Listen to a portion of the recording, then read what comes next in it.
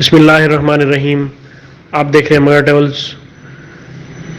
آج کویت کے حوالے سے کچھ امپورٹنٹ نیوز آپ سے ڈسکس کرنی ہے. پہلی نیوز کویت کی منسٹری آف ہیلتھ کی جانب سے پریس کانفرنس کی گئی ہے، جس میں بتایا گیا ہے کہ کورونا کی بڑھتی ہوئی صورتحال اور ہسپتال میں جو پیشنٹس ہیں ان کا آنا اور جو پازیٹیو پیشنٹس ہیں ان کی نشاندہی سے انہوں نے کہا ہے کہ اس بات سے واضح کرنا ضروری ہے کہ کویت میں جزوی لاک ڈاؤن کا آپشن موجود ہے. اگر عوام جو ایس او پیز ہیں، جو احتیاطی تدابیر ہیں، ان پر اگر عوام عمل نہیں کرے گی تو کویت میں جزوی لاک ڈاؤن جو ہے اس پہ لگایا جا سکتا ہے. اور انہوں نے ریکویسٹ کی ہے کہ عوام، جو کویت کی عوام ہے خاص طور پہ، وہ لوگ اپنا جو ایس او پیز ہیں انہیں لازمی طور پر فالو کریں. اور جو دوسری اپڈیٹ ہے وہ اقامہ منتقلی کے حوالے سے ہے. وزارت داخلہ نے اقامہ منتقل کرنے کے بارے میں وضاحت جاری کر دی ہے.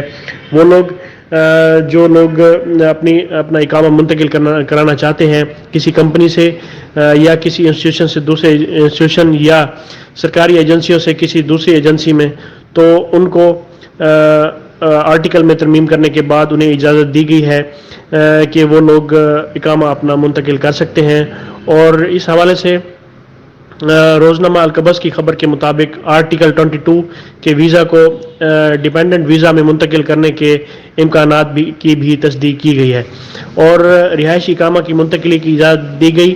اور اس حوالے سے اس کے اقسام کے بارے میں وزارت تعلیم کی انکوائری کے جواب میں وزارت داخلہ نے کہا ہے کہ آرٹیکل 22 کے تحت فیملی ویزا میں رہائشی اقامہ کی منتقلی کے لیے درخواست دینے کے لیے درخواست گزار کو رہائشی امور کی عمومی انتظامیہ میں جانا ہوگا، جہاں ہر درخواست کا الگ الگ سے جو ہے وہ مطالعہ کیا جائے گا. اور اس کا اطلاق آرٹیکل 24 ویزا انڈیپینڈنٹ ویزا میں منتقل کرنے کی درخواستوں پر بھی ہوتا ہے. اور اس حوالے سے جو تیسری اپڈیٹ آپ سے لاسٹ اپڈیٹ ڈسکس کرنی ہے وہ یہ ہے کہ کل کویت کی جو اتھارٹیز ہیں ان کا اجلاس ہوا تھا، جس میں ان لوگوں نے اپنے سابقہ فیصلے کو، جن میں کووڈ-19 کے حوالے سے اور جو 34 جو کنٹریز ہیں، جو بین کنٹریز ہیں، ان کے حوالے سے انہوں نے اپنے فیصلے کو برقرار رکھا ہے، جس میں ان لوگوں نے کہا ہے کہ وہ لوگ جو بیرون ملک سے آئیں گے انہیں 14 دن کے لیے کوارنٹین کرنا ہوگا، اور جو 34 ممالک ہیں ان پہ جو پابندی ہے وہ فی الحال برقرار رہے گی.